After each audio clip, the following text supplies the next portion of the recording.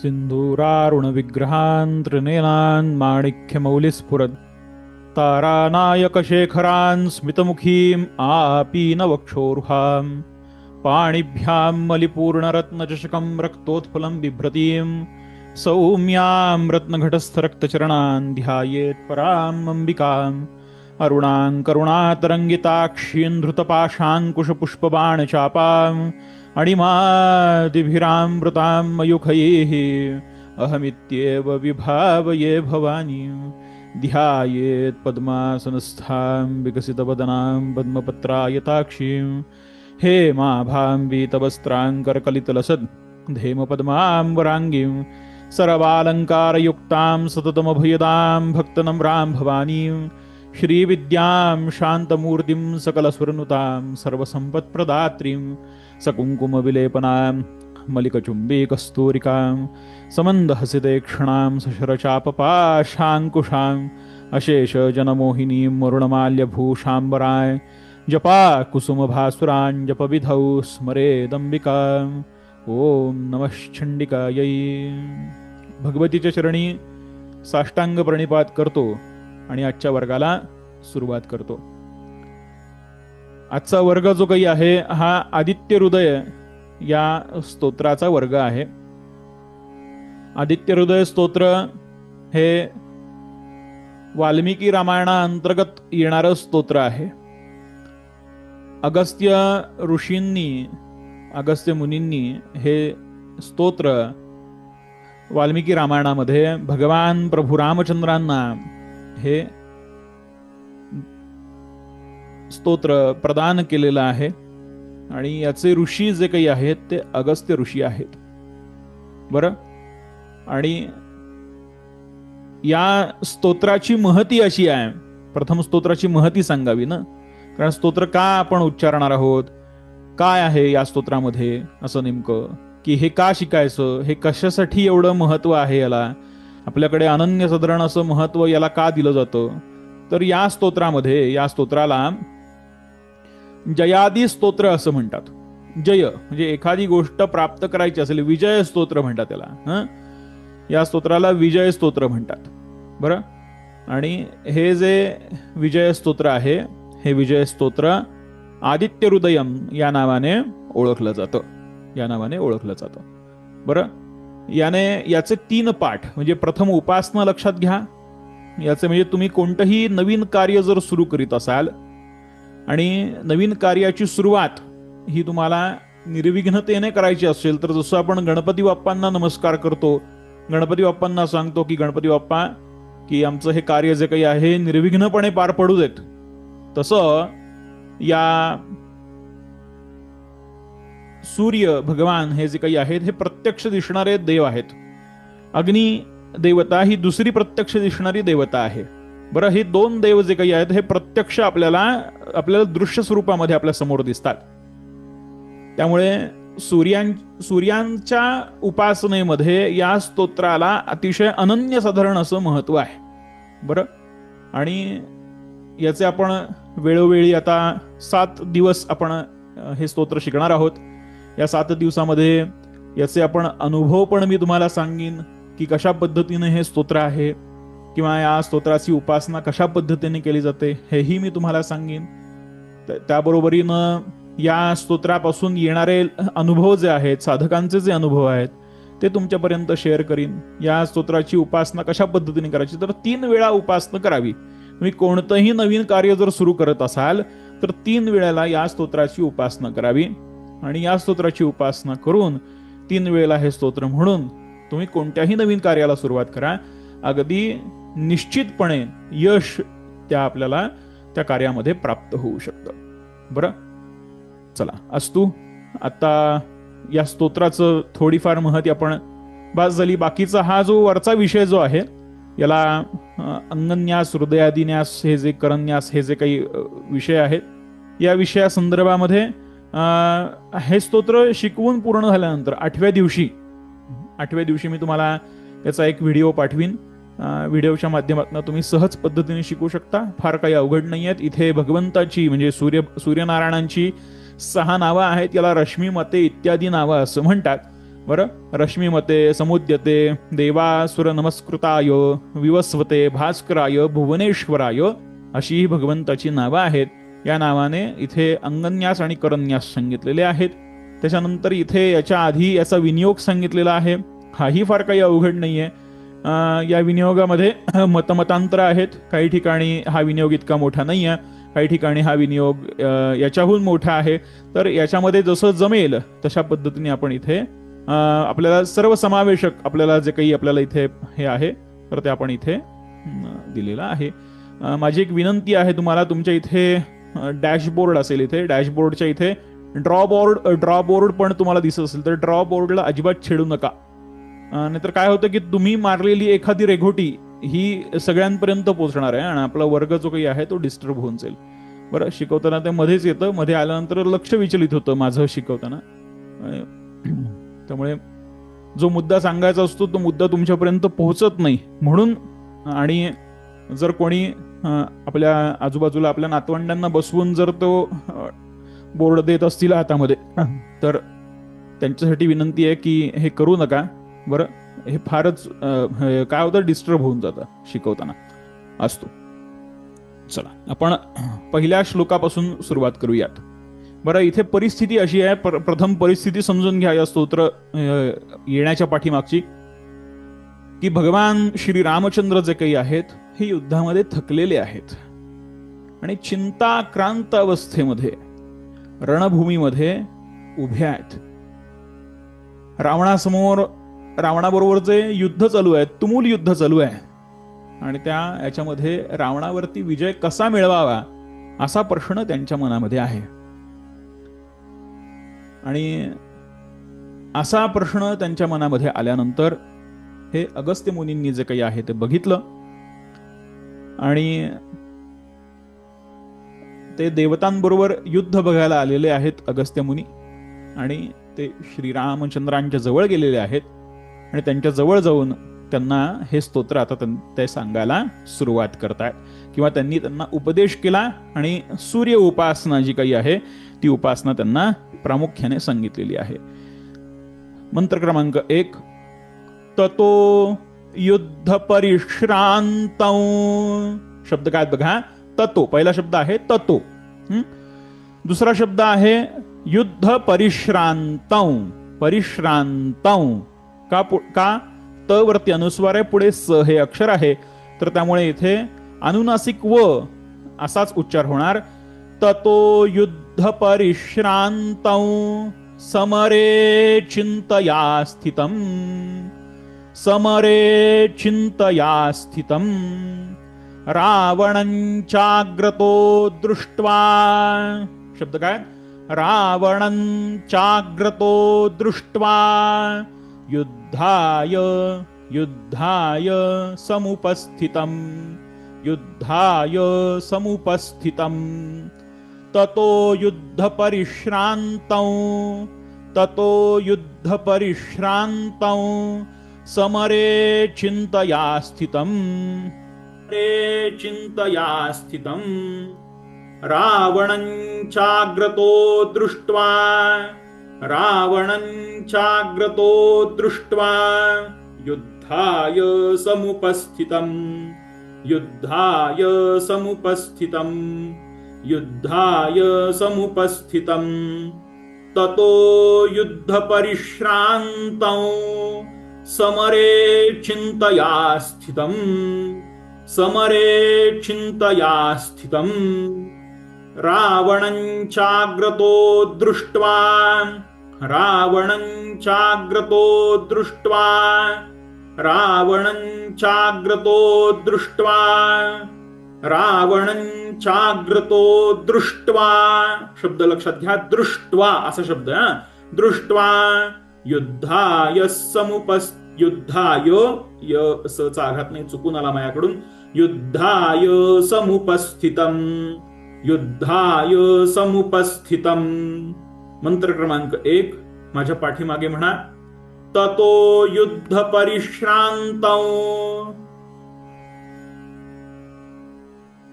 समरे चिंतया स्थितम्. रावणं चाग्रतो दृष्ट्वा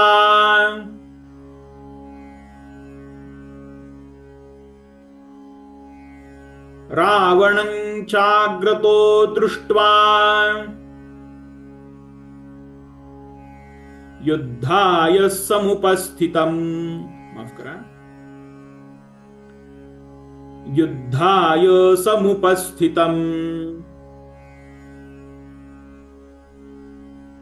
ततो युद्ध परिश्रान्तं समरे चिन्तया स्थितम्।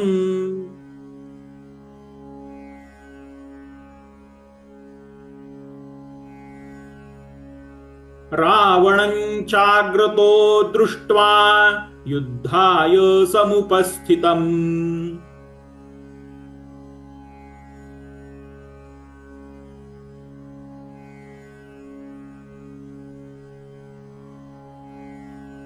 मी ज्यांना माईक अनम्यूट करायला सांगतो आहे त्यांच्याकडे रिक्वेस्ट जाईल, त्यांनी फक्त माईक ऑन करा आणि तुमचं नाव इथे घालत चला. आता इथे 11 30 12 अशी नावं दिसतात, तर ती नावं नको.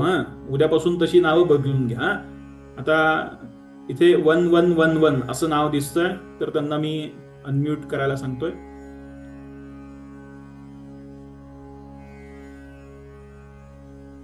नमस्कार, आपला माईक ऑन करा.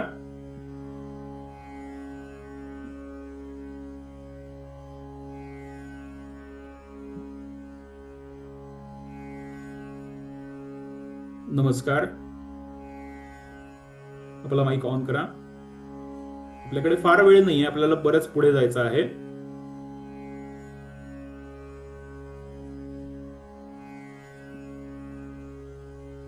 हरकत नाही. आता इथे 30-12 म्हणून आहेत, त्यांना मी ऑन रिक्वेस्ट पाठवतो. नमस्कार, आपला माईक ऑन करा.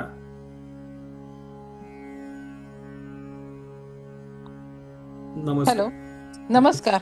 नमस्कार, आपलं नाव काय? माझं नाव शुभांगी काकडे. नमस्कार. माझ्या पाठीमागे म्हणा, ततो युद्ध परिश्रांतौ. ततो युद्ध परिश्रांतौ. ततो युद्ध परिश्रांतौ. ततो युद्ध परिश्रांतौ. समरे चिंतया स्थितम्. समरे चिंतया स्थितम्. समरे चिंतया स्थितम्. समरे चिंतया स्थितम्. रावणं चाग्रतो दृष्ट्वा. रावणं चाग्रतो दृष्ट्वा युद्धाय समुपस्थितम्. युद्धाय समुपस्थितम्. ततो युद्ध परिश्रांतौ समरे चिंतया स्थितम्. ततो युद्ध परिश्रांतौ समरे चिंतया स्थितम्. रावणं चाग्रतो दृष्ट्वा युद्धाय समुपस्थितम्. रावणं चाग्रतो दृष्ट्वा युद्धाय समुपस्थितम्. पूर्ण श्लोक एकदा म्हणून दाखवा. ततो युद्ध परिश्रांतौ समरे चिंतया स्थितम्. रावणं चाग्रतो दृष्ट्वा युद्धाय समुपस्थितम्. खूप छान. अशीच प्रॅक्टिस चालू ठेवा. पुढच्या श्लोकाकडे जाऊयात, मग पुढच्या वेळेला अजून दुसरा कोणाला तरी सांग. शब्द काय बघा पुढच्या श्लोकाचे. शब्द पहिला आहे दैव. पुढे शब्द आहे तैश्च. दैव तैश्च. दैव तैश्च. दैव तैश्च. दैव तैश्च. समागम्य. शब्द पुढे काय? समागम्य. समागम्य. दैवतैश्च. दैवतैश्च. दैवतैश्च. समागम्य. समागम्य. पुढे शब्द काय आहे? द्रष्टु. शब्द काय बघा? द्रष्टु. मभ्यागतो रणम. द्रष्टु मभ्यागतो रणम. द्रष्टुमभ्यागतो रणम. द्रष्टुमभ्यागतोरणम् दैवतैश्च समागम्य दैवतैश्च समागम्य द्रष्टुमभ्यागतोरणम् द्रष्टुमभ्यागतोरणम् द्रष्टुमभ्यागतोरणम् दैवतैश्च समागम्य द्रष्टुमभ्यागतोरणम्. पुढे शब्द काय बघा, उपागम्या. शब्द काय, उपागम्या. उपागम्या ब्रवीद रामम् ब्रवीद रामम् ब्रवीद रामम्. इथे काय आहे, मूळ पाठ जर तुम्ही बघितला तर तो असा आहे, उपागम्या ब्रवीद ब्रवीद्रामम् द्राम ब्रवीद्राम आणि पुढे मगस्त्यो मगस्त्यो भगवांस्तदा असा त्याचा उच्चार आहे, पण त्याची फोड झाली पाहिजे ना उच्चारताना, म्हणून इथे फोड करूनच दिलेलं आहे. उपागम्या ब्रवीद रामम् उपागम्या ब्रवीद रामम् अगस्त्यो भगवांस्तदा अगस्त्यो भगवांस्तदा अगस्त्यो भगवांस्तदा दैवतैश्च समागम्य द्रष्टुमभ्यागतोरणम् उपागम्या ब्रवीद रामम् अगस्त्यो भगवांस्तदा अगस्त्यो भगवांस्तदा. शब्द काय, दैवतैश्च समागम्य द्रष्टुमभ्यागतोरणम् उपागम्या ब्रवीद रामम् अगस्त्यो भगवांस्तदा अगस्त्यो भगवांस्तदा. माझ्या पाठीमागे म्हणा, दैवतैश्च समागम्य द्रष्टुमभ्यागतोरणम्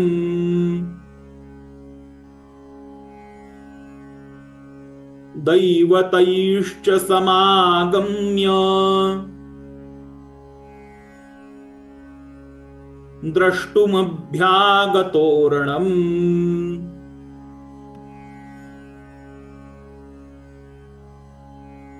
उपागम्या ब्रवीद रामम्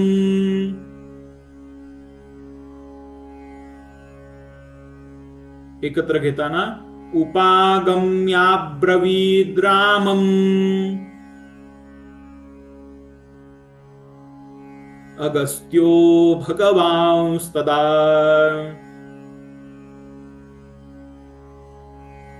अगस्त्यो भगवांस्तदा.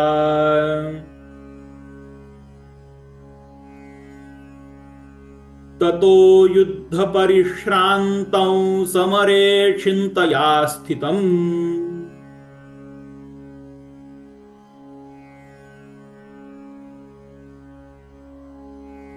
रावणं चाग्रतो दृष्ट्वा युद्धाय समुपस्थितम्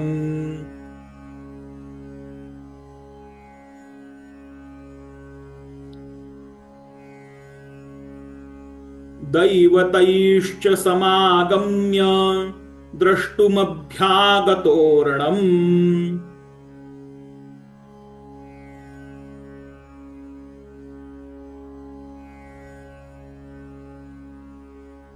उपागम्या ब्रवीद रामम् अगस्त्यो भगवांस्तदा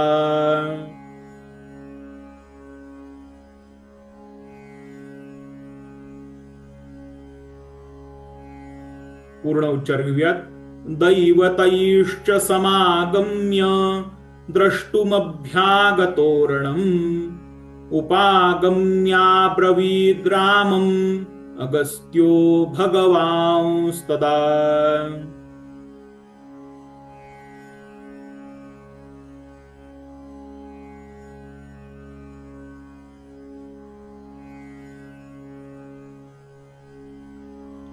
दैवतैश्च समागम्य द्रष्टुमभ्यागतोरणम् उपागम्या ब्रवीद रामम् अगस्त्यो भगवांस्तदा.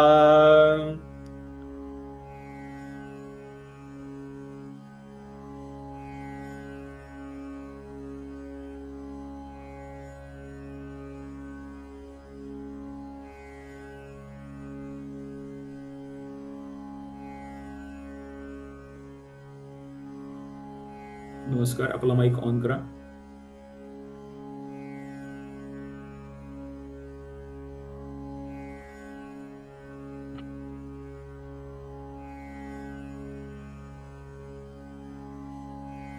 नमस्कार, आपला माईक ऑन करा.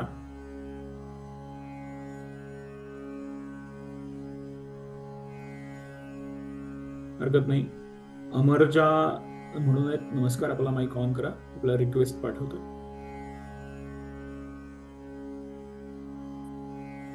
नमस्कार. नमस्कार. नमस्कार. अमरजा माझ्या पाठीमागे म्हणा, दैवतैश्च समागम्य दैवतैश्च समागम्य द्रष्टुमभ्यागतोरणम् द्रष्टुमभ्यागतोरणम् उपागम्याब्रवीद्रामम् उपागम्याब्रवीद्रामम् अगस्त्यो भगवांस्तदा अगस्त्यो भगवांस्तदा उपागम्याब्रवीद्रामम् अगस्त्यो भगवांस्तदा उपागम्याब्रवीद्रामम् अगस्त्यो भगवांस्तदा. हे ब्रवीत ह्रस्व होतो, तो दीर्घ पाहिजे. ब्रवीद्रामम् अगस्त्यो भगवांस्तदा उपागम्याब्रवीद्रामम् अगस्त्यो भगवांस्तदा. बरोबर, छान म्हणाला ताई. सर, मला एक शंका पहिल्या श्लोकातली आहे. ते रावणांच्याग्रतो, तर आपण जे हे काढले, प्रिंट काढली, त्याच्यात य येतोय, च आहे म्हणून. तर न म्हणायचं आहे का य म्हणायचं आहे? कुठे? पहिला श्लोक, दुसरी ओळ.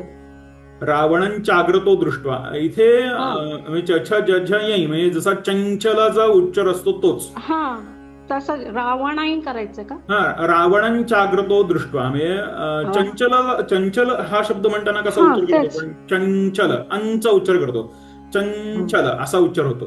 तशाच पद्धतीने हे चंचू असा जसा उच्चार होतो तसाच तोच उच्चार इथे करायचा आहे. रावणंचाग्रतो दृष्ट्वा अशा पद्धतीने. रावण नाही करायचं नाहीये ना, च आलाय पुढे म्हणून म्हटलं. हा, दिलंय. हा, हो, बरोबर. इथे जो पंचम मात्रा जी दिलेली आहे त्याचाच उच्चार करायचा आहे. त्याचा उच्चार बहुत द्विमात्रेने होतो. म्हणजे कसं की आपण जसं सामान्य भाषेमध्ये बोलताना कसं बोलतो, ही चंचल, इथे आपण चंचल असा उच्चार करत नाही. म्हणजे जसं आपण चंचल करतो, जसं त्याच पद्धतीने जसं चंचू असं करतो, जसं चिंच असा उच्चार करतो, इथे चिंच असा उच्चार करत नाही आपण. तर त्याच पद्धतीने म्हणजे सामान्य पद्धतीनेच उच्चार आहे. रावणंचाग्रतो दृष्ट्वा अशा पद्धतीने. छान, धन्यवाद सर.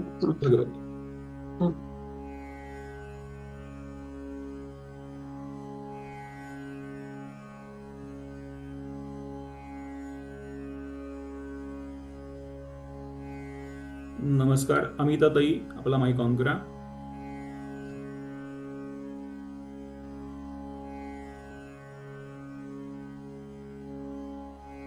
नमस्कार. माझ्या पाठीमागे म्हणा, दैवतैश्च समागम्य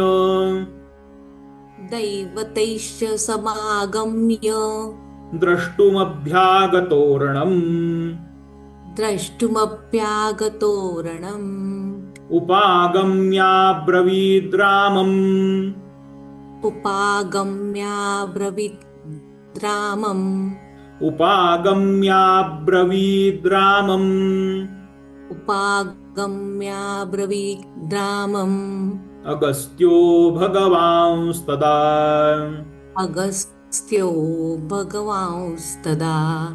उपागम्याब्रवीद्रामम् अगस्त्यो भगवांस्तदा उपागम्याब्रवीद्रामम् अगस्त्यो भगवांस्तदा दैवतैश्च समागम्य द्रष्टुमभ्यागतोरणम् उपागम्याब्रवीद्रामम् अगस्त्यो भगवांस्तदा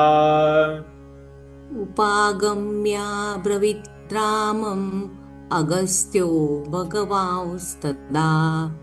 बरोबर, छान म्हणतात. प्रॅक्टिस करा, प्रॅक्टिसने येऊन जाईल. धन्यवाद. चला पुढच्या तिसऱ्या मंत्राकडे जाऊयात. या दोन्ही मंत्रांचे अर्थ आधीच सांगितलेले आहेत. त्याचे अर्थ असे आहे की प्रभू रामचंद्र जे काही आहेत ते युद्धामध्ये थकलेले आहेत आणि युद्धामध्ये थकल्यानंतर प्रभू रामचंद्रांना ते युद्धामध्ये असे उभे राहिलेत मध्यभागी युद्धस्थळावरती, युद्धभूमीवरती. आणि युद्धभूमीवरती उभे राहून ते विचार करत आहेत की तर रावणाबरोबर कसं युद्ध करू, कशा पद्धतीने मी हे युद्ध जिंकणार आहे, असा त्यांचा विचार पहिल्या श्लोकामध्ये दाखवलेला आहे. आणि दुसऱ्या श्लोकामध्ये असं दाखवलेलं आहे की दैवतैष्य समागम्य, देवतांबरोबर उभे असलेले किंवा युद्ध बघायला आलेले आहे. द्रष्टुम अभ्यागतोरणम, द्रष्टू म्हणजे बघायला आलेले. ते तिथे आले ते कोण होते तर अगस्त्य मुनी होते. आणि त्यांनी काय केलं आहे की भगवान रामचंद्रांना जे काही आहे ते जवळ येऊन त्यांच्याशी बोलायला त्यांनी सुरुवात केलेली आहे. असे पहिल्या दोन मंत्रांचे हे अर्थ आहेत. बरं, मंत्र क्रमांक 3 या मंत्राकडे येऊयात. मंत्र एवढ्यासाठी म्हणतो आहे की ही वाल्मिकी रामायणाचे हे शब्द आहेत. वाल्मिकी रामायणाच्या याच्यातले हे श्लोक उच्चार आहेत, त्यामुळे हे मंत्रवतच आहेत हे लक्षात घ्या. याच्यामध्ये गायत्रीचं सामर्थ्य आहे. वाल्मिकी रामायणाच्या प्रत्येक मंत्रामध्ये गायत्रीचं सामर्थ्य आहे. वाल्मिकी रामायणाच्या प्रत्येक मंत्रामध्ये सूर्यदेवतेचं सामर्थ्य आहे. वाल्मिकी रामायणाच्या प्रत्येक मंत्रामध्ये हे समानतेचं सामर्थ्य आहे, सद्गुरूंचं सामर्थ्य आहे.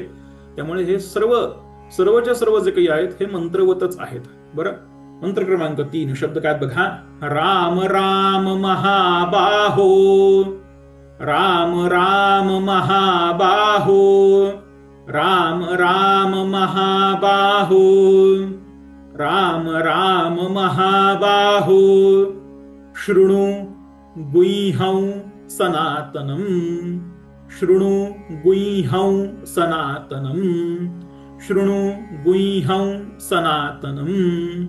येन सर्वानरीन् वत्स, येन सर्वानरीन् वत्स, समरे विजयिष्यसि, समरे विजयिष्यसि, समरे विजयिष्यसि. शब्द काय बघा. येन सर्वानरीन् वत्स समरे विजयिष्यसि, विजयिष्यसि. राम राम महाबाहो शृणु गुह्यं सनातनम, येन सर्वानरीन् वत्स समरे विजयिष्यसि. किंवा इथे एक पाठभेद आहे, हाही आपल्याकडे लिहून घ्या. हाही बऱ्याच ठिकाणी तुम्हाला बघायला मिळू शकतो. विजयिष्यसे, विजयिष्यसे, विजयिष्यसे, विजयिष्यसे. दोन्ही उच्चार मान्य आहेत. बरोबर, विजयिष्यसे. राम राम महाबाहो, राम राम महाबाहो, शृणु गुह्यं सनातनम, शृणु गुह्यं सनातनम.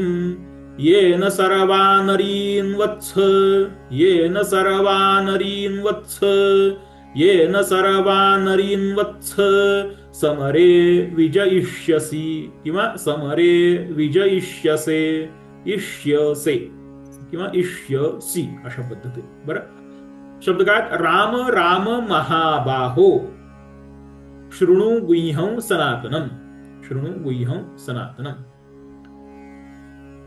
आता इथे येन सर्वानरीन् वत्स समरे विजयिष्यसि, भगवान रामांना महाबाहो असं एक उपाधी इथे अगस्त्य मुनींनी दिलेली आहे. महाबाहो या शब्दाच्या उपाधीच्या पुढे आणि पाठीमागे पुढे असं सांगितलेलं आहे की तू ऐक, आणि पाठीमागे असं सांगितलं आहे राम राम. पहिला राम हा जो शब्द आहे हा आपल्या अंतःकरण रूपी पुरुषाचा शब्द आहे, आणि दुसरा जो राम आहे तो तिथे निवास करणाऱ्या तत्वाचा शब्द आहे, आणि तू महाबाहो आहेस. बरं, आपलं अंतःकरण, आपल्या स्वतःचं अंतःकरण जे काही आहे त्या अंतःकरणाला प्रथम राम आहे, आणि त्याच्यामध्ये जो निवास करतो, आपल्या अंतःकरणामध्ये जो निवास करतो तो सुद्धा रामच आहे. म्हणून राम राम महाबाहो इथे आपल्या मनाला संबोधन केलेलं आहे. बरं, जो हे स्तोत्र वाचतो किंवा जो हे स्तोत्र पठण करतो त्यावेळेला तो स्वतः त्यावेळेला त्या भूमिकेमध्ये जातो की आता मला ही परिस्थिती अवघड झालेली आहे, या परिस्थितीतनं मी बाहेर पडू कसा. त्यावेळेला राम राम महाबाहो हा जे या शब्दांचा ज्यावेळेला उच्चार होतात त्यावेळेला त्या आपल्याच मनाशी, आपल्याच मनामध्ये निवास करणाऱ्या तत्वाशी संबोधून केलेले उच्चार आहेत हे लक्षात ठेवावं. राम राम महाबाहो, राम राम महाबाहो, शृणु गुह्यं सनातनम, शृणु गुह्यं सनातनम, शृणु गुह्यं सनातनम, शृणु गुह्यं सनातनम, राम राम महाबाहो, शृणु गुह्यं सनातनम. तर तू काय ऐक, तर सनातन हे सनातन तत्व तू ऐक. सनातन म्हणजे काय, इथं धर्माला उद्देशून सनातन म्हटलेलं आहे का, नाही. सनातन म्हणजे प्राचीन, गोपनीय, असं एखादं गोपनीय तत्व, असं एखादं गुह्य म्हणजे असं एखादं गुप्त तत्व मी तुला सांगायला जातो आहे जे अत्यंत सनातन आहे. सनातन म्हणजे काय, अत्यंत प्राचीन आहे, अत्यंत जुनं आहे, अत्यंत जीर्ण आहे असं. अत्यंत जुनं, अत्यंत म्हणजे ते इतकं की सृष्टीच्या उदयापासून चालत आलेलं आहे असं, चालत आलेलं आहे असं. म्हणजे कसं की आपल्याकडे आजही कलियुगामध्ये आपण भगवान श्री दत्तप्रभूंची आराधना करतो.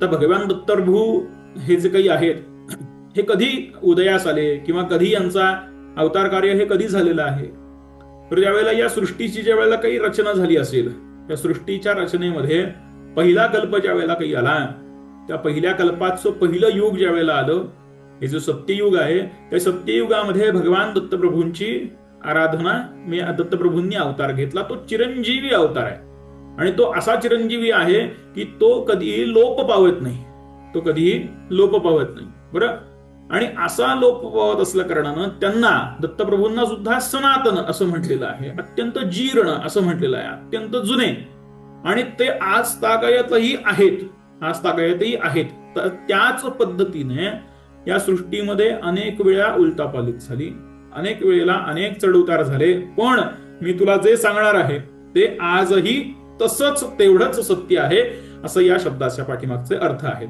राम राम महाबाहो, शृणु गुह्यं सनातनम, शृणु गुह्यं सनातनम, येन सर्वानरीन् वत्स, येन सर्वानरीन् वत्स, येन सर्वानरीन् वत्स, समरे विजयिष्यसि किंवा समरे विजयिष्यसे, समरे विजयिष्यसि किंवा समरे विजयिष्यसे, दोन्ही पद्धतीने तुम्ही म्हणू शकता, उच्चार दोन्ही मान्य आहेत. बरं, चला माझ्या पाठीमागे म्हणा, राम राम महाबाहो,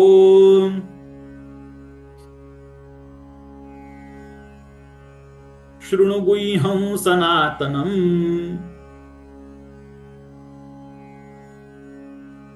शृणु गुह्यं सनातनम, येन सर्वानरीन् वत्स, येन सर्वानरीन् वत्स,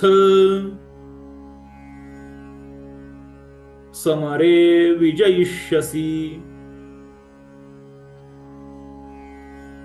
समरे विजयिष्यसे,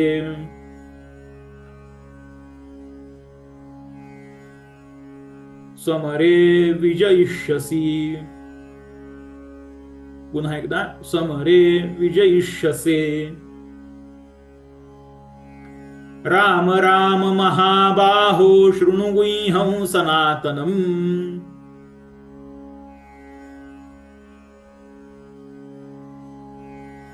येन सर्वानरीन् वत्स, समरे विजयिष्यसे.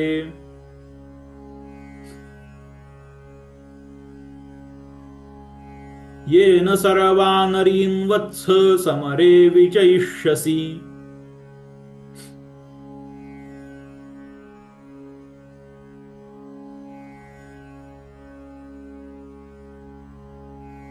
मंत्र क्रमांक 3 पूर्ण उच्चार घेऊयात. राम राम महाबाहो, शृणु गुह्यं सनातनम, येन सर्वा नरीन् वत्स समरे विजयिष्यसे.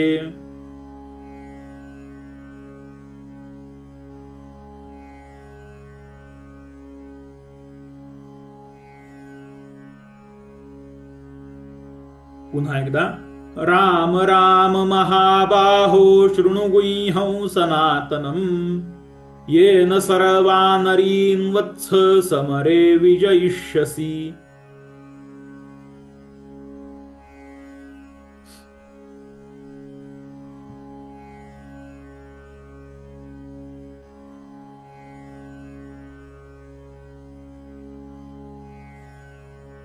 हे असं स्तोत्र आहे रामचंद्रा की याने सर्व शत्रूंवरती विजय जो काही आहे हा तुला प्राप्त करता येईल असं हे स्तोत्र आहे. येन सर्वा नरीन् वत्स समरे विजयिष्यसे किंवा विष्यसी. चला मंत्र क्रमांक 3 कडे आपण आलेलो आहोत. आता आपण पुढे जायच्या आधी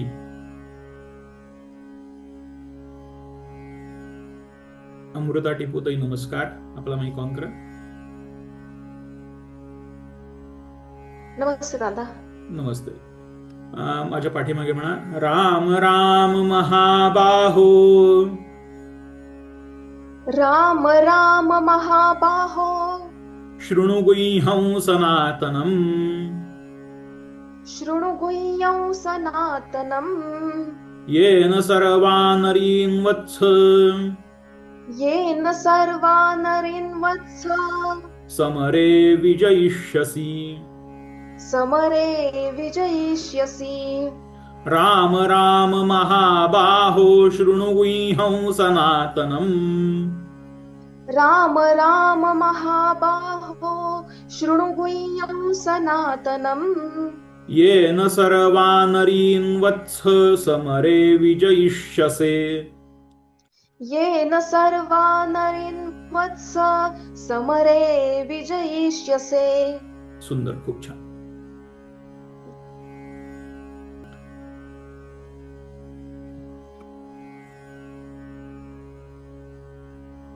अनंत दादा नमस्कार. आपला माईक ऑन करा.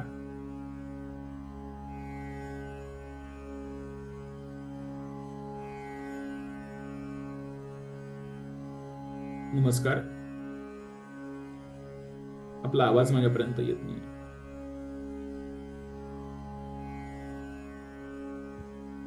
नमस्कार अनंत क्षीरसागर दादा. माईक ऑन करा.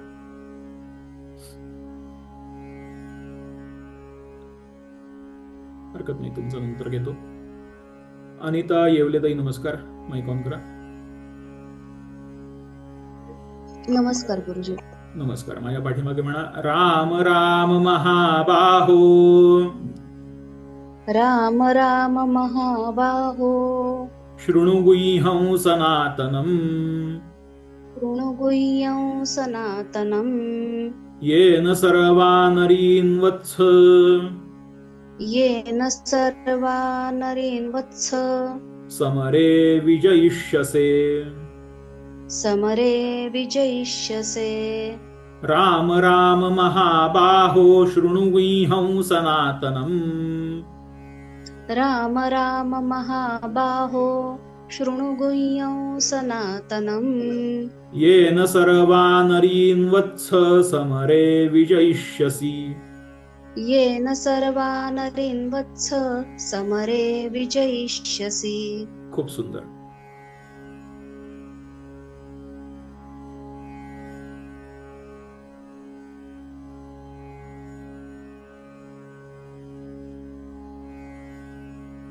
अनिता चौधरी ताई नमस्कार. आपला माईक ऑन करा.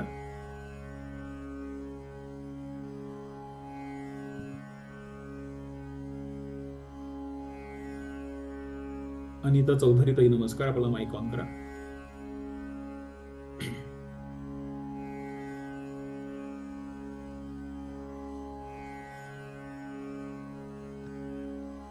नमस्कार. आपला माईक ठीक, हरकत नाही, तुमचं नंतर घेतो. अनुजा गुंजाळ ताई नमस्कार. आपला माईक ऑन करा.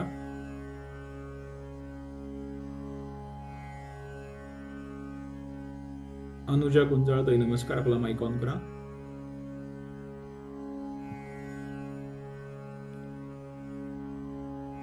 आपल्याला माईक एवढ्यासाठीच ऑन करायचा आहे की जेणेकरून आपली प्रॅक्टिस होईल सगळ्यांबरोबरीने, हो की नाही? सगळ्यांची पण प्रॅक्टिस होईल, आपली पण प्रॅक्टिस होईल. हरकत नाही, तुमचंही नंतर घेतो. अनुपमा ताई नमस्कार, आपला माईक ऑन करा.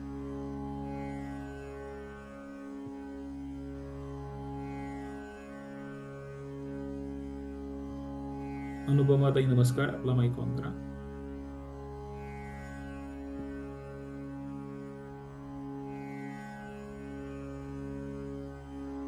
हे टेक्निकल इश्यू असतील यांना सगळ्यांना, हरकत नाही. आपण पुढच्या श्लोकाकडे जाऊयात, मग नंतर घेऊयात परत प्रॅक्टिस. शब्द काय बघा. आदित्य हृदयं पुण्यं सर्वशत्रू विनाशनम. आदित्य हृदयं, हृदयं हृदय हा शब्द आहे. आदित्य हृदय, य वरती अनुस्वार आहे, पुढे प हे अक्षर आहे. हृदयं पुण्यं, आदित्य हृदयं पुण्यं, आदित्य हृदयं पुण्यं, आदित्य हृदयं पुण्यं सर्वशत्रुविनाशनम्, सर्वशत्रुविनाशनम्, सर्वशत्रुविनाशनम्. जयावहं, जयावहं जपेन्नित्य. शब्द काय बघा. जयावहं जपेन्नित्य, जपेन्नित्य मक्षयं, मक्षयं. इथे दोन पद्धतीने उच्चार होऊ शकतो. जपेन्नित्यं अक्षयं परमं शिवं, परमं शिवम असाही होऊ शकतो, किंवा जपेन्नित्यमक्षयं परमं शिवम असाही होऊ शकतो. दोन्ही पद्धतीने होऊ शकतो. पण मी इथे जपेन्नित्यमक्षयं परमं शिवम, परमं शिवम असा उच्चार शिकवणार आहे. आदित्य हृदयं पुण्यं, आदित्य हृदयं पुण्यं सर्वशत्रुविनाशनम्, सर्वशत्रुविनाशनम्, सर्वशत्रुविनाशनम्, सर्वशत्रुविनाशनम्, सर्वशत्रुविनाशनम्. जयावहं जपेन्नित्य, जयावहं जपेन्नित्य मक्षयं परमं शिवं, मक्षयं, मक्षयं परमं शिवं, परमं शिवं. माझ्या पाठीमागे म्हणा. आदित्य हृदयं पुण्यं, आदित्य हृदयं पुण्यं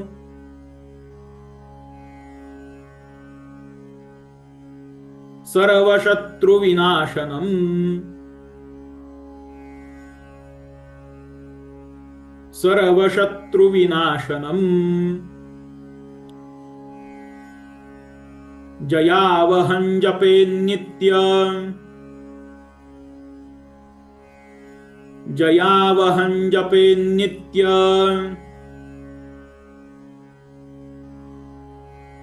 मक्षयं परमं शिवं, मक्षयं परमं शिवं.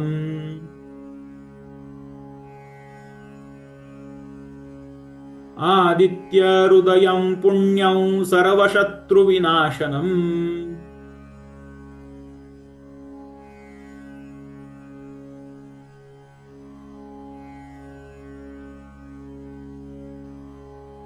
जयावहं जपेन्नित्यमक्षयं परमं शिवम्.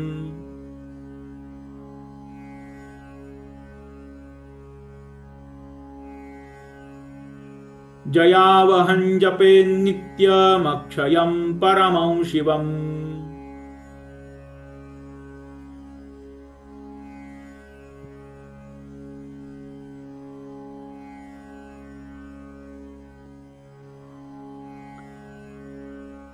हे रामचंद्रा, मी तुला जे स्तोत्र सांगणार आहे त्या स्तोत्राचं नाव आदित्य हृदय असं आहे. या गोपनीय स्तोत्राचं नाव आदित्य हृदय असं आहे. हे स्तोत्र कसं आहे. जयावहं जपेन्नित्यं अक्षयं परमं शिवम. की हे स्तोत्र जय देणारं आहे. याला जयस्तोत्र असं म्हणतात. जयादी स्तोत्र, विजयादी स्तोत्र असं म्हणतात. जपेन्नित्यं अक्षयं परमं शिवम. कोणतंही कार्य घ्या आणि कोणतंही कार्य घेऊन त्या कार्याला अधिष्ठान या आदित्य हृदयाचं द्या. बरं, फक्त कार्य हे मांगलिक असायला हवं, कार्य हे सात्विक असायला हवं. बरं, राजसिक तामसिक अशी कार्य नकोत. बरं, सात्विक कार्य असायला हवं. तर तेव्हा या गोष्टीचा जो काही आहे जयादी हा जो काही गोष्ट आहे ही आपल्याला त्वरित फलदायी ठरते. त्वरित फलदायी ठरते. बरं, आदित्य हृदयं पुण्यं सर्वशत्रू विनाशनम जयावहं जपेन नित्यं मक्षयं परमं शिवम. आणि ते आपण ज्याच्यामध्ये जय मिळवतो, ज्याच्यामध्ये विजय मिळवतो ते कसं असतं तर अक्षय्य असतं. त्याच्यामध्ये आपल्याला त्या मिळालेला विजय हा जो काही असतो तो कधीही क्षय होत नाही.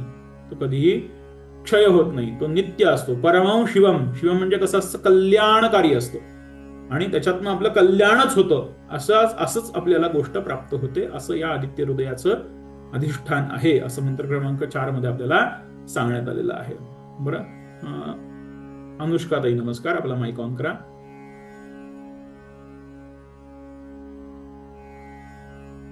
अनुष्का राजकरताई नमस्कार.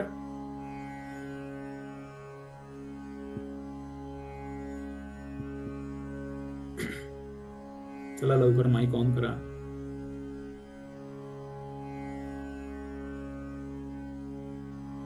हरकत नाही, आपण तुमचं नंतर घेऊयात. आता किती जणांचं नंतर घ्यायचं काय माहिती. आरतीताई नमस्कार, आपला माईक ऑन करा. नमस्कार दादा. नमस्कार. माझ्या पाठीमागे म्हणा आदित्य हृदयं पुण्यं.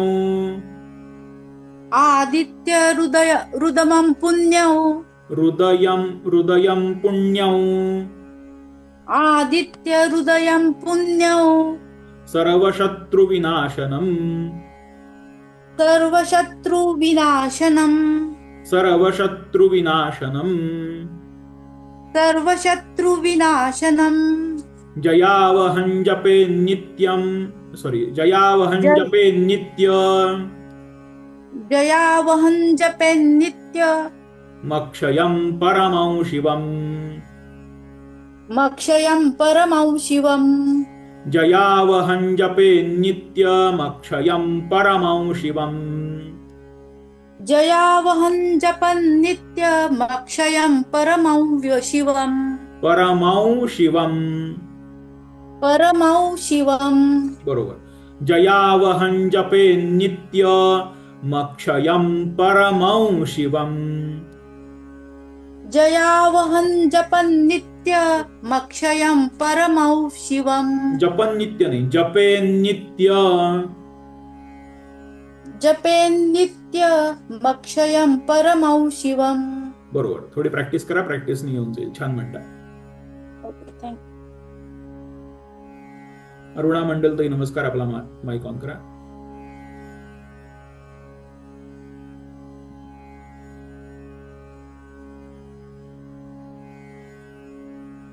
अरुणा मंडल ताई नमस्कार, आपला माईक ऑन करा.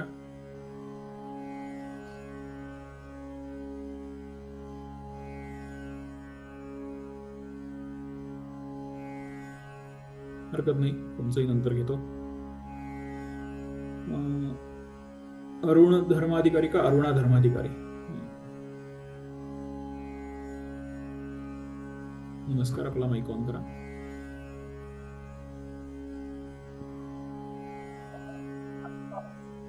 नमस्कार. नमस्कार सर. माझ्या पाठीमागे म्हणा आदित्य हृदयं पुण्यं. आदित्य हृदयं पुण्यं. आदित्य हृदयं पुण्यं. म्हणा. आदित्य हृदयं पुण्यं. सर्वशत्रु विनाशनम. सर्वशत्रु विनाशनम. जयावहं जपे नित्य. जहावहं जपे नित्य. जयावहं जपे नित्य. जयावहं जपे नित्यं. मक्षयं परमं शिवम्. अक्षयं परमं शिवम्. मक्षय म्हणायचा शब्द म्हणताना, कारण एकत्र आपण म्हणतो आहोत. जयावहं जपे नित्य. जयावहं जपे नित्यं. नित्यं नाही, नित्य. नित्य. जयावहं जपे नित्य. यावहं जपे नित्यम् मक्षयं परमं शिवम् अक्षयं परमं शिवम् मक्षयं परमं शिवम्. मक्षयं परमं शिवम्. बरोबर. हा, थोडी प्रॅक्टिस करा, प्रॅक्टिस येऊन जाईल ताई. छान म्हणताय. नमस्कार सर. श्रीराम. चला पुढच्या श्लोकाकडे जाऊयात. मंत्र क्रमांक 5. शब्द काय बघा. सर्वमंगल मांगल्यं. सर्वमंगल मांगल्यं. इथे कोणीही काय म्हणतात त्याला संचार घ्यायचा नाही. सर्वमंगल मांगल्यं सर्व पाप प्रणाशनम. संचार म्हणजे काय, एका ठिकाणाहून दुसऱ्या ठिकाणी उडी मारायची नाही. पाठशाळेमध्ये अशा याला संचार असं म्हणतात. श्लोक कुठला आहे, सर्वमंगल मांगल्यं. हा श्लोक आहे. हा श्लोक आल्यानंतर कोणता श्लोक येतो, सर्वमंगल मांगल्ये शिवे सर्वार्थ साधिके शरण्ये त्र्यंबके गौरी नारायणी नमोस्तुते. हा श्लोक येऊ शकतो. हा श्लोक येऊ शकतो. आत्ता नाही येणार, समोर ठेव. जेव्हा कंठस्थ होईल ना, कंठस्थ झाल्यानंतर असे संचार इकडून तिकडे येत असतात. त्यामुळे सर्वमंगल मांगल्यं सर्व पाप प्रणाशनम. सर्व पाप प्रणाशनम. सर्व पाप प्रणाशनम.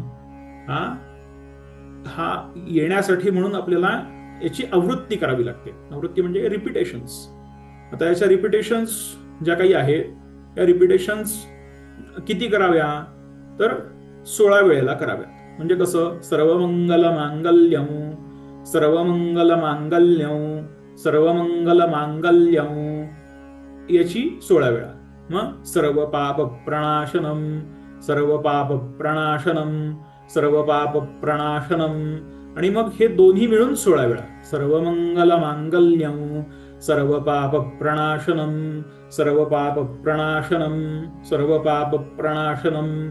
चिंताशोक प्रशमनम चिंताशोक प्रशमनम आयुर्वर्धनमुत्तम. हे जे काही आहे हे 16 16 16 16 अशा पद्धतीने. मग पूर्ण श्लोक 16 वेळा. याच पद्धतीने तुम्ही जर अख्खं स्तोत्र जर घेतलं, अख्खं स्तोत्र जर अशाच 16च्या रिपिटेशन्स मध्ये घेतलं, तर तुम्ही जर समजा तुम्हाला एखादं स्तोत्र हे 2 महिन्यामध्ये कंठस्थ होत आहे, तर याच पद्धतीने हेच स्तोत्र जे काही आहे हे 20 दिवसात 15 ते 20 दिवसात तुम्हाला हे कंठस्थ होऊन जाईल. फार काही अवघड स्तोत्र नाहीये आणि 32च श्लोक आहेत सगळे मिळून. त्यामुळे कंठस्थ व्हायला काही फार वेळ लागणार नाही. बरं, शब्द काय बघा. सर्वमंगल मांगल्यं सर्वमंगल मांगल्यं सर्वमंगल मांगल्यं सर्व पाप पाप पाप पाप प वरती पचा आघात आहे. सर्व पाप प्रणाशनम सर्व पाप प्रणाशनम सर्वमंगल मांगल्यं सर्व पाप प्रणाशनम सर्व पाप प्रणाशनम. चिंताशोक प्रशमनम चिंताशोक प्रशमनम चिंताशोक प्रशमनम चिंताशोक प्रशमनम. आयुर्वर्धनमुत्तमम् आयुर्वर्धनमुत्तमम् आयुर्वर्धनमुत्तमम् आयुर्वर्धनमुत्तमम् आयुर्वर्धनमुत्तमम्. श्लोक काय. सर्वमंगल मांगल्यं सर्व पाप प्रणाशनम चिंताशोक प्रशमनम आयुर्वर्धनमुत्तमम् आयुर्वर्धनमुत्तमम्. मंत्र क्रमांक 5. शब्द आहेत. सर्वमंगल मांगल्यं सर्व पाप प्रणाशनम चिंताशोक प्रशमनम आयुर्वर्धनमुत्तमम्. या श्लोकाचा अर्थ काय होतो बघा. सर्वमंगल मांगल्य काय आहे की हे मंगलांचं मांगल्य प्रदान करणार आहे. याने काय होईल, सर्व पाप प्रणाशन, सर्व प्रकारचे पाप जे काही आहेत त्यांचा नाश होईल. बरं. चिंताशोक प्रशमनम चिंताशोक प्रशमनम आयुर्वर्धनमुत्तम आयुर्वर्धनमुत्तम. आता चिंता पण याच्यामुळे निघून जाईल आणि आयुष्य जे काही आहे हे आयुला वाढवेल. चिंता गेली की आपलं आयुष्य वाढतं. हा साधा नियम आहे. आणि या साध्या नियमासाठी म्हणून आधी पापाचं शल्य आपल्या मनातून गेलं पाहिजे. पापाचं शल्य केव्हा जाईल? आता पाप कसं निर्माण होतं त्याची एक प्रोसिजर आहे. जे पुण्य कसं निर्माण होतं त्याची एक प्रोसिजर आहे, तसं पापही कसं निर्माण होतं त्याची एक प्रोसिजर आहे. आता पुण्याची प्रोसिजर काय आहे की मी एखाद्याला एखादी वस्तू दिली. समजा एखादा गरजू आहे, एखादा विद्यार्थी आला माझ्याकडे आणि तो म्हणाला की गुरुजी मला 1 वर्षाची फी तुम्ही देऊ शकाल का, मला शिकायचं आहे. मी त्याला ती फी दिली. फी दिल्यानंतर तो सत्पात्री आहे ना, तो पात्र आहे. तिथे दान जे दिलं गेलेलं आहे ते सत्पात्री दान आहे. तर तिथे तो पात्र असल्या कारणानं पात्र असलेली एखादी व्यक्ती आणि त्याला दिले गेलेलं एखादी गोष्ट हे पुण्यामध्ये कन्व्हर्ट होतं. मग पुण्य अजून कसं निर्माण होतं की समजा उदाहरणार्थ की मी आता माझ्या पुण्यातल्या घरातल्या फ्लॅटच्या पलंगावरती बसलेलो आहे आणि आता तिथे माझा फ्लॅट जो काही आहे हा 12व्या-13व्या मजल्यावरती आहे आणि अशा ठिकाणी सुद्धा एखादी मुंगी जी काही आहे ती शिरकाव करते आणि शिरकाव केल्यानंतर त्या बेडवरती ती सहज चढायला सुरुवात करते आणि ती सहज येते. सहज आल्यानंतर साधक जे असतात ना, साधकांच्या मनामध्ये प्रश्न येतात की अगं बाई तू इतक्या लांब कुठे आलीस, इतक्या वरती कुठे आलीस, इथे तुझं काही निवास आहे का, ही काही तुझी जागा आहे का, तुला जमिनीवरती सोडलं पाहिजे, बाई तू इथे आलीस तर कोणाच्या पायाखाली वगैरे जाशील तर तू मरशील. असा संवाद त्या जीवाशी साधणे हा सुद्धा पुण्यकारक आहे. या पुण्याची व्याख्या कशी करावी याच्या संदर्भामध्ये थोडीशी गल्लत होऊन जाते माणसांची की पुण्य नेमकं कशाला म्हणाला. एखाद्या जीवाला एखाद्याच्या उचित ठिकाणी सोडणं म्हणजे तो कोणी असो, म्हणजे अगदी ते रोप असो किंवा काही असं. आता परवाच आमचा संवाद असा झाला की आम्ही अनावश्यक रोपं जी काही आहे ती कुंडीतून बाहेर काढत होतो.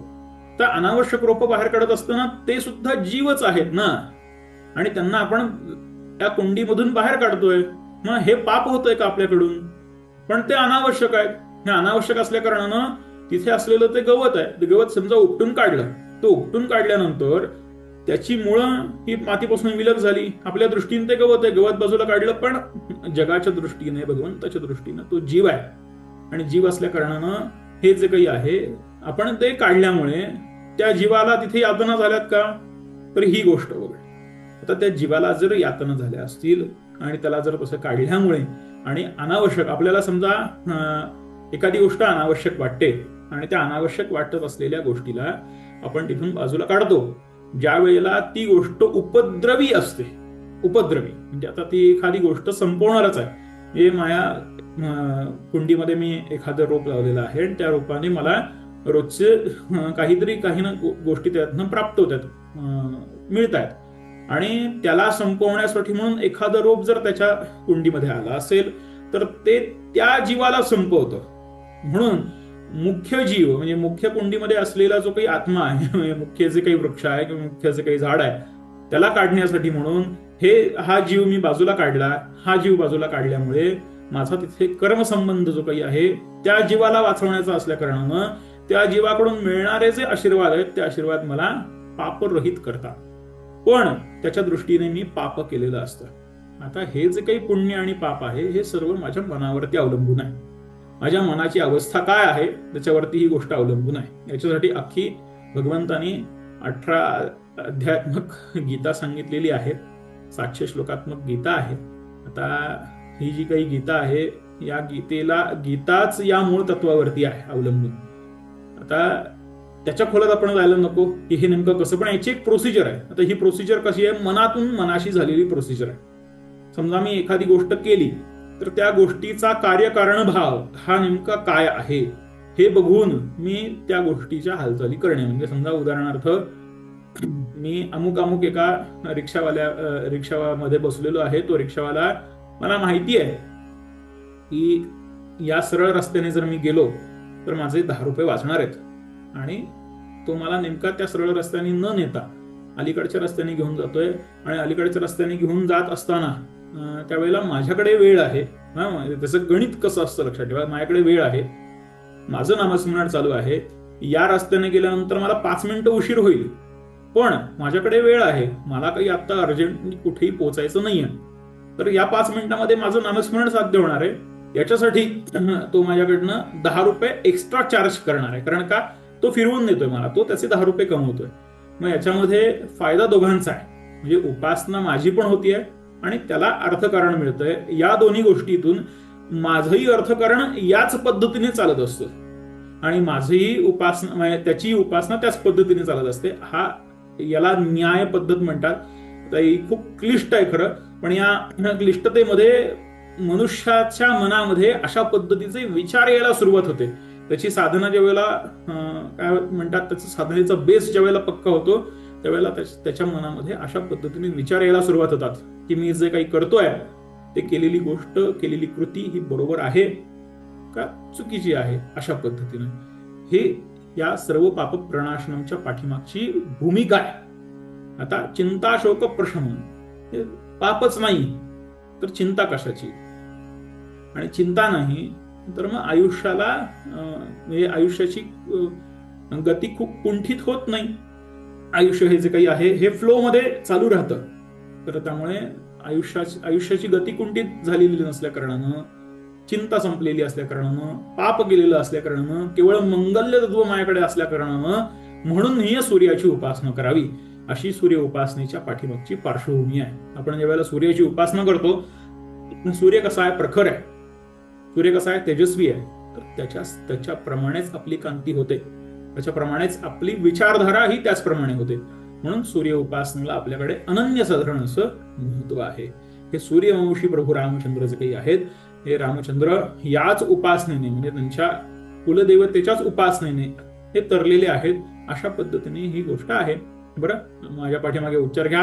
सर्व मंगल मांगल्य सर्व पाप प्रणाशनम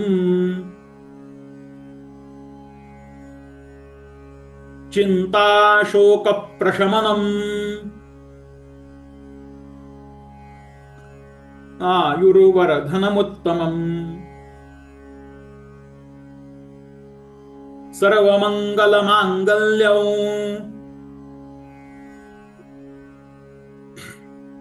सर्व पाप प्रणाशनम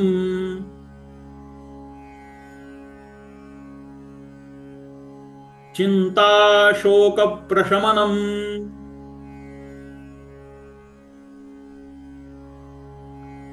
आयुर्वर्धनमुत्तमम्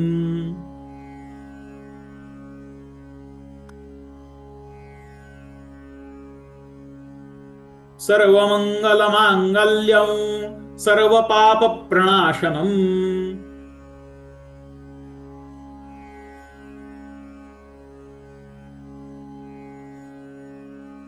चिंताशोकप्रशमनम् आयुर्वर्धनमुत्तमम्.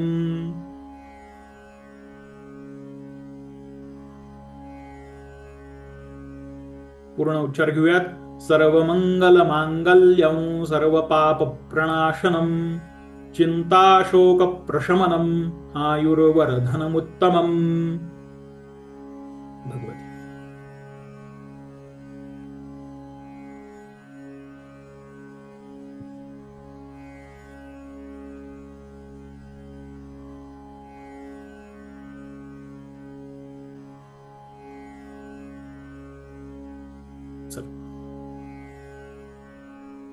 आशा गोसावी नमस्कार. आपला माईक ऑन करा.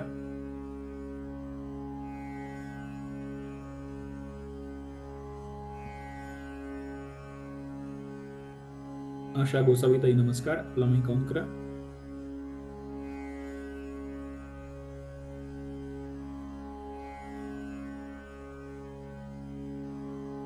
हरकत नाही.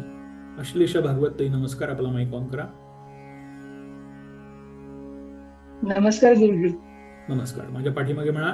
सर्वमंगल मांगल्यं सर्वमंगल मांगल्यं सर्व पाप प्रणाशनम् सर्व पाप प्रणाशनम् चिंताशोक प्रशमनम् चिंताशोक प्रशमनम् आयुर्वर्धनमुत्तमम् आयुर्वर्धनमुत्तमम् सर्वमंगलमांगल्यं सर्वपापप्रणाशनम् सर्वमङ्गलमाङ्गल्यं सर्वपापप्रणाशनम् चिन्ताशोकप्रशमनम् आयुर्वर्धनमुत्तमम् चिन्ताशोकप्रशमनम् आयुर्वर्धनमुत्तमम्. उत्तम, छान म्हणताय. चला आज आपण इथे थांबूयात. मंत्र क्रमांक 5 पर्यंत आपली संख्या आलेली आहे. हरिः ओम. ओम. आजची झालेली सेवा भगवतीच्या चरणी अर्पण करतो. सेवेमध्ये जर काही न्यून राहिला असेल तर भगवतीच्या चरणी क्षमा मागतो. शिकवत असताना काही कमी जास्त शब्द माझ्या मुखात न उच्चारला गेला असेल तर तुमच्या चरणी साष्टांग दंडवत घालतो. उद्या आपल्या नेहमीच्या वेळेला भेटूयात. तोवर सर्वांना जानकी जीवन स्मरण. जय जय राम. श्रीराम समर्थ. जगदंबा उदयोस्तु. जय जगदंबा.